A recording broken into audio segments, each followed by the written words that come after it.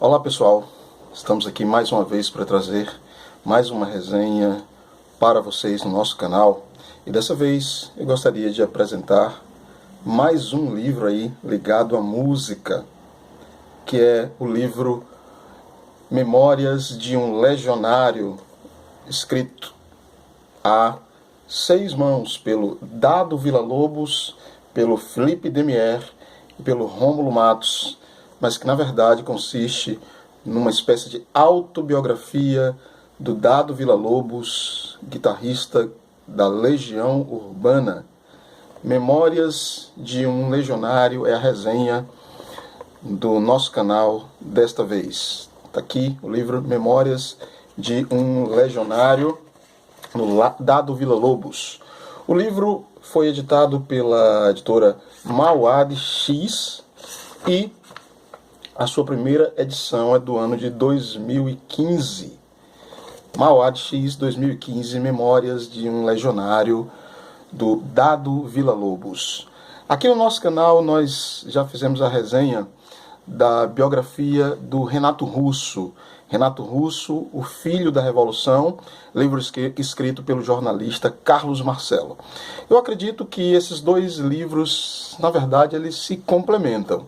Eu li primeiro a biografia do Renato, porque realmente ela foi lançada primeiro, ela é de 2009, e posteriormente, esse ano, eu concluí a leitura do livro do Dado Villa-Lobos. E fiquei com a forte impressão de que são livros que se complementam. Obviamente, os dois livros não iriam coincidir em conteúdo, mas acho que a leitura dos dois seriam necessárias para a gente ter um panorama geral aí do que representa a Legião Urbana, porque a biografia desses camaradas, a biografia desses caras, do Renato Russo, do Dado Villa-Lobos, talvez daqui a algum tempo apareça alguma coisa escrita aí também pelo baterista, pelo Marcelo Bonfá. A biografia deles está estritamente ligada à saga dessa, que com certeza foi a maior banda de rock brasileira até esse momento da história, que é a Legião Urbana, tá? Então deixa eu comentar aqui um pouco para vocês a proposta do livro Memórias de um Legionário. Vamos lá.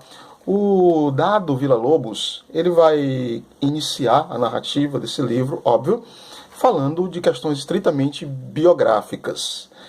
Não sei se todos têm essa informação, mas o Dado Villa-Lobos, ele nasceu na Bélgica. O seu pai era embaixador da República.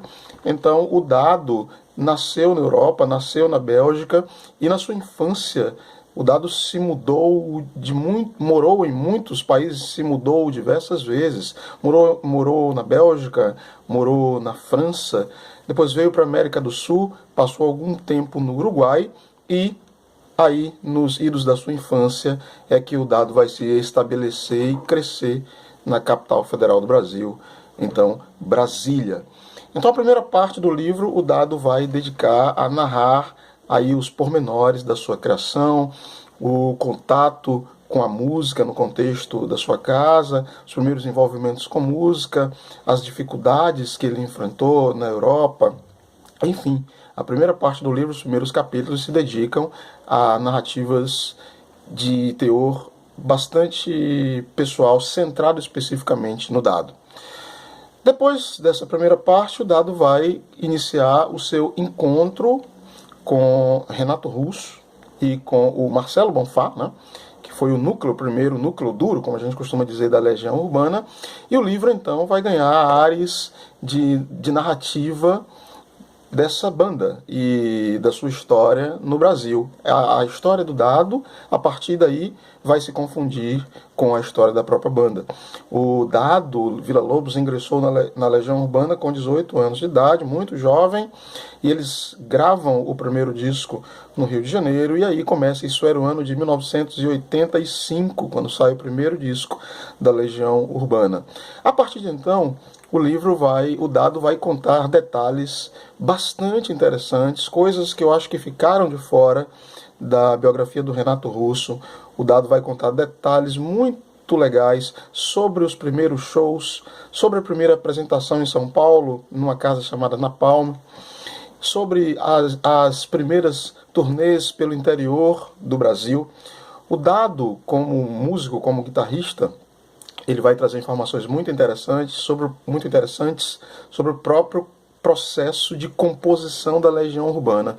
E eu quero contar para vocês a maior contribuição que esse livro me deu. Esse livro me ajudou a desmistificar algo que acho que não só para mim era um mito, mas para todo mundo que gosta da Legião Urbana, que é o mito da dependência do Renato Russo. A gente acha que, óbvio, o Renato Russo foi uma figura de uma grandeza enorme e incomparável, mas esse livro vai nos ajudar a compreender que a Legião Urbana não era uma dependência tão absoluta da criatividade do Renato Russo.